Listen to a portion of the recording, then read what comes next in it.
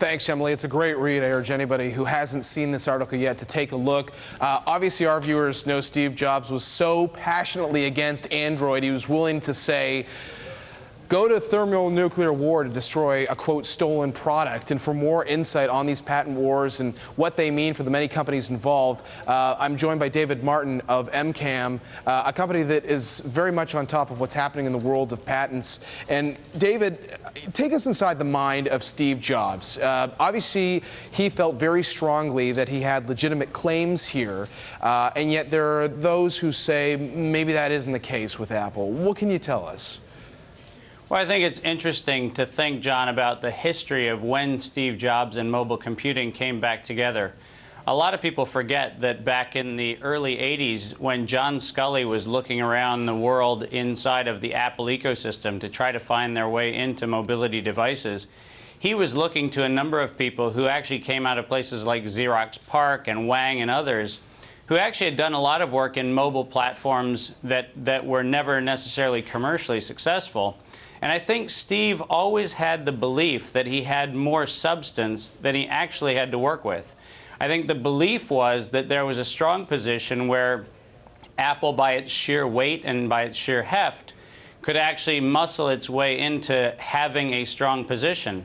The problem is, I don't think Steve ever fully understood that mobile tablet devices, mobile computing generally, including all of the interfaces for touch screens and touchpads, actually is a world so filled with patents that Apple really was late to the game. And so I think Steve always believed in an illusion where he forgot that under John's leadership and under a lot of the work that Apple did in the early 90s, a lot of the work that went into the IP portfolio that Steve thought he was standing on was actually more illusion than substance. And I think he's got a worm in his apple.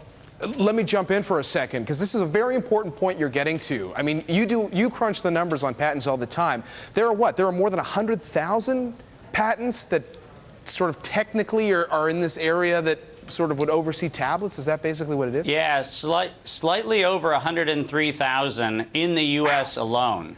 So in the zone of Steve Jobs having the audacity to say he was the victim of theft is analogous to a bank robber standing next to his colleague, also a bank robber, pointing at the guy with the ski mask saying, look, it's a robber. I mean, the fact of the matter is Apple is as guilty as potentially all of the other operators. And at the end of the day, if you go back to 1979, you'll see in a number of government contracts which cover tablet computers, which have all of the touch interface functionality, etc., that just aren't mentioned. And they're not mentioned for good reason, because if they were brought up in the current litigation, they would actually not only undermine Apple's position, but they would undermine the position of people like Samsung, HTC, and others who have built up a bunch of frivolous patents as well. I mean, Dave, it sounds to me like this is a high-stakes version of patent poker. Is there anything ultimately that could go wrong for Apple in continuing to be so aggressive with its legal stance on these issues? There's no question. The risk of Apple's IP strategy right now, like many others who are going down the assertion pathway, is they forget the sword is sharp on both edges.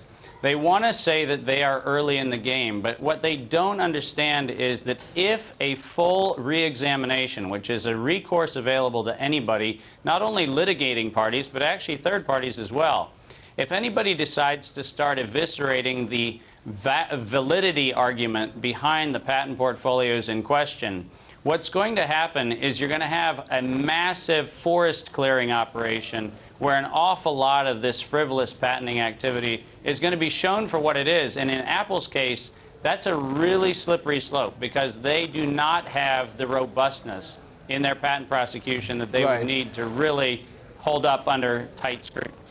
All right, so that's the risk, but what's the reality? I mean, do you really honestly think Apple is going to make peace and the others are ready to make peace and make all these suits go away?